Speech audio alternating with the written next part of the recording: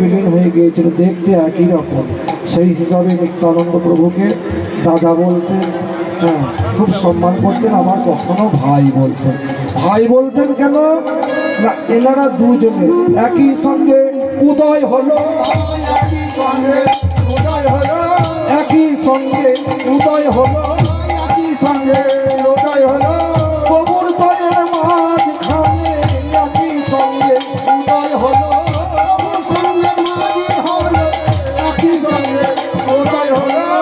একসঙ্গে কি করে উদয় হলো?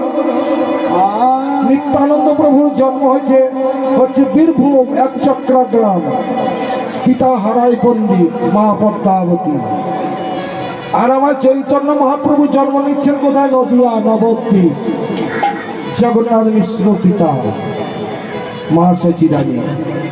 তাহলে এরা ভাই বার কি করে হলো? আর একই সঙ্গে উদয় কি করে হলো? মহাজন কলম দিলেন, বন্দে শ্রীকৃষ্ণ চৈতন্য নিত্যানন্দ সহদিত গৌরীতয়ে পুষ্পবন্ত চিত্ত সঙ্গ কমল চিত্ত সমান। মহাজন বললেন, নিতাই গৌর, এই দুইজনে গৌরদয়ের মাঝখানে একই সঙ্গে একই সঙ্গে একই রসে একই গুণে একই ভাবে নদিয়ায়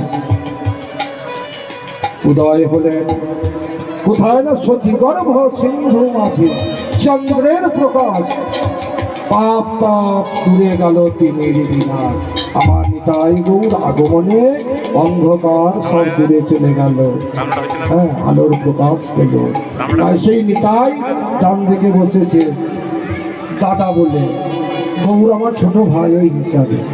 আর এদিকে নিতাইয়েরও ডাইনে বসে থেকে অদ্বৈত গোসাই। তাই কি কেমন ভাবে বসেছে? গরব করে বসেছে গো, গরব করে বসেছে গো, গরব করে বসেছে গো, গরব করে বসেছে গো, বলে আমার আনা ঠাকুর বলে গরব করে বসেছেন গো, আমার আনা ঠাকুর বলে গরব করে বসেছে গো, আমার আনা গৌর বলে গরব করে বসেছেন গো,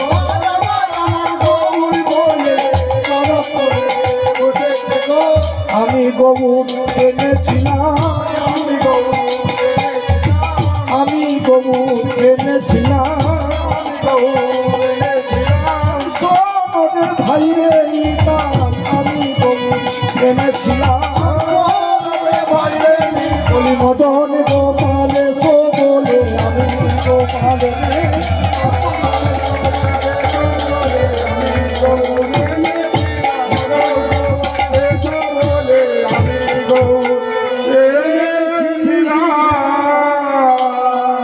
গদাধরের বামে শ্রীবাস যত ভক্তগণ,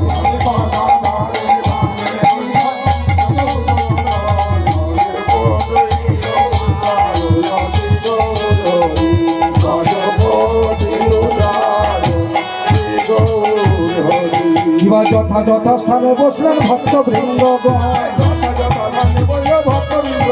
আগে যথাযথ স্থানে বসলেন ভক্তবৃন্দগণ, যথাযথ স্থানে বলি তা দেখিয়া মহাপ্রভুর আনন্দিত, দেখিয়া মহাপ্রভুর আনন্দিত, তা দেখিয়া মহাপ্রভুর আনন্দিত, দেখিয়া মহাপ্রভুর আনন্দিত, বলি আনন্দে আর ধরে না, ধরে না, আনন্দে আর ধরে না, আনন্দে ধরে না, ভক্তবৃন্দ সঙ্গে আনন্দে ধরে না, ভক্তবৃন্দ সঙ্গে ধরে আনন্দে ধরে না, ভক্তবৃন্দ সঙ্গে আজ আনন্দে সীমা নাই, ভক্তবৃন্দ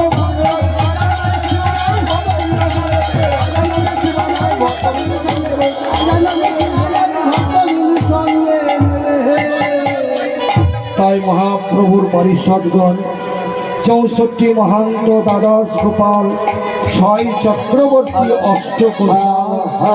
গিরি পুরী ভারতী যত মহাপ্রভুর পারিষদগণ ছিল ছোট বড় সকলকে নিয়ে মধ্যাহ্নকালে ভজনে বসেছেন শান্তিপুরে অদ্বৈত আচার্যের ঘরে। এই খবর চলে গিয়েছে শান্তিপুর গ্রামে। তাই সেখানকার ভক্তরা বড় আনন্দ করে যে আমরা মহাপ্রভুর ভজন হচ্ছে সেই ভজন বিলাস দর্শন করব। যেমন আপনারা সকলে কৃপা করে এসেছেন আমার মহাপ্রভুর ভজন দর্শন করার জন্য এবং ভজন আরতি শ্রবণ করার জন্য, সেই রকম শান্তিপুরের পুরুষ নারী সকলেই তারা সাদি সাদি আসি থেকে সাদি সাদি আসি থেকে সাদি সাদি আসি থেকে সাদি সাদি আসি থেকে ভজন বিলাস দেখবো বলে সাদি সাদি আসি থেকে ভজন বিলাস দেখবো বলে সাদি সাদি আসি থেকে ভজন বিলাস দেখবো বলে সাদি সাদি আসি থেকে ভজন বিলাস দেখবো বলে সাদি সাদি আসি থেকে যত ভক্তগণে হরি বলে ভক্তগণে হরি বলে হরি বলে আনন্দ সীমা নাই গো ভক্তগণে হরি বলে হরি বল ভক্তগণে হরি বলে নারী গণে হলু দয়ার ভক্তগণে হরি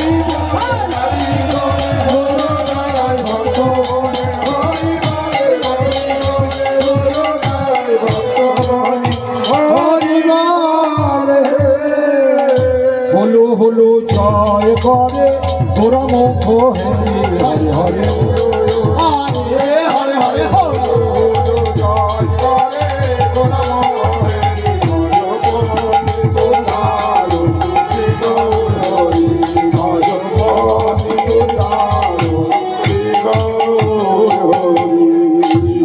আর সূর্য দাস করে যত সূর্য করেন যত যত ভোগে আয়োজন সূর্য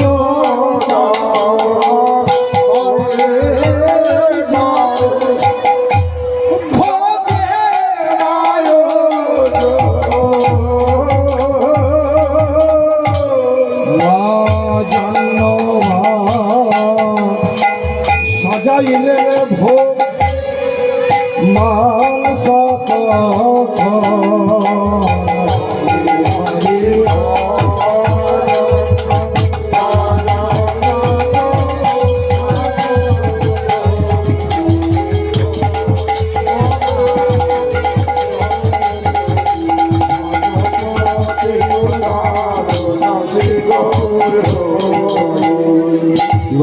ভোগ পাত্র মাটির পাত্র মাটির ভোগ পাত্র মাটির ভোগ পাত্র মাটির মালসায়নে বাহির করি রে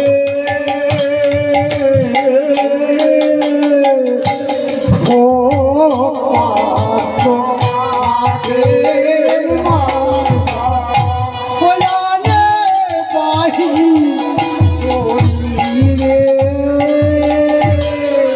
আজ মহাপ্রভুর কিসের অভাব গো?